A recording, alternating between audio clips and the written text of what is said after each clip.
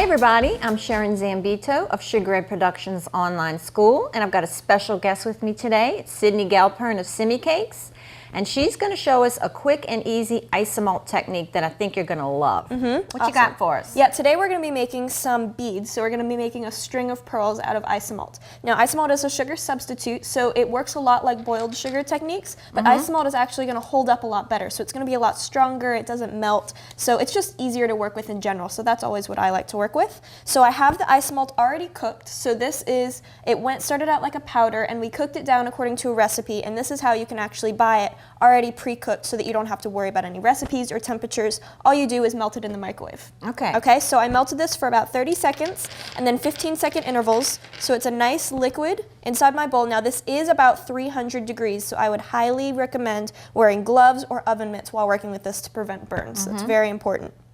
All right, so in order to make the strings, I have a bead mold here, and if you notice, the beads are separate from each other. So each one of the little beads are going to be independent with a little gap where the string is going to go. That way they actually look like a real string of pearls. Cool. Okay, so what we're gonna do is I'll set this down. I am gonna be making the biggest size, but you could do any of the 3 sizes with this technique. I have a little piece of string, and I like to use dental floss for my string. I've seen a couple people, they'll use fishing line or something that's clear, but I like to use dental floss because it is actually food safe. You can't eat it, obviously, but it is safe to touch a cake, so that's usually what I like to use. That makes sense. Right, so I just have a little piece here, but you can do one as long as the strand if you would like to, and I'm going to lay it just so that it fits over top of my beads here.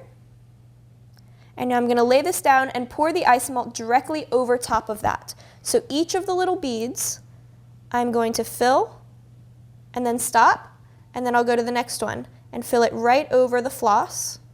And you have a silicone cup there? Yes, and the mold is also made out of silicone because isomalt does not stick to silicone when it's dry, so I don't have to grease it or powder it or anything like that.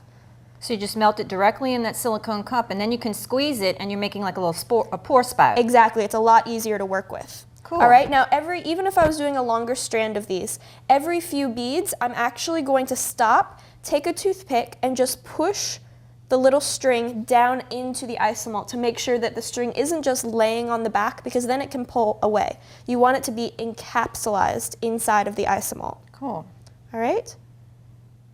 And now I will go ahead and leave these for 5 minutes, and then they will release easily out of our mold. All right, so it's been 5 minutes, and our beads should be dry now, so you can see a little bit better now that I can hold it up. You can see how I exactly put those in. Now, if I were to do the smaller strands, I would probably use a little bit smaller bowl to pour them because they are significantly smaller. Sometimes with the little itty-bitty ones, I would even use just a toothpick to scoop some liquid isomalt and drip it into each individual bead. But since I did do those big ones, I was able to just pour them in. And now that they're cool, I'm going to flex the mold.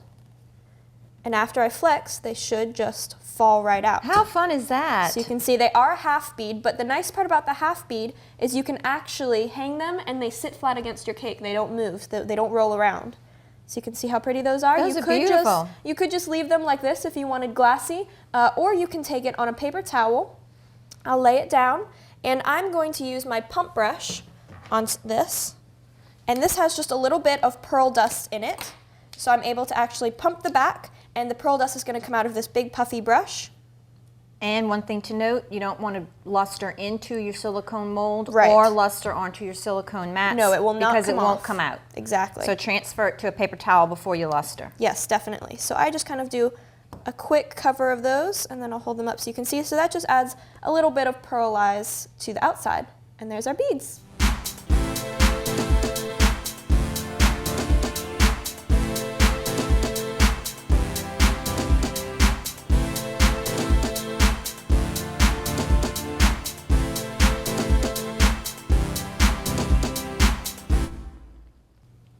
These are really beautiful, Sidney, and I love how fast and easy this was. Exactly. So you can do something that doesn't take too long, but have really impact on your cake. Exactly. Isn't it cool? I love it. Thank you so much for coming today and teaching us this. Thank you so much for having me. It was so much fun. And keep in mind, everybody, that Sidney travels all over the country and the world teaching cake decorating classes. So go to her website to check out her class schedule And also check out her online store because she has a full line of Isomalt and other cake decorating supplies. That's simicakes.com. Yes, and don't forget to check out Sugar Ed Productions online school for more fantastic sugar art and cake decorating tutorials. So until next time, Bye. bye.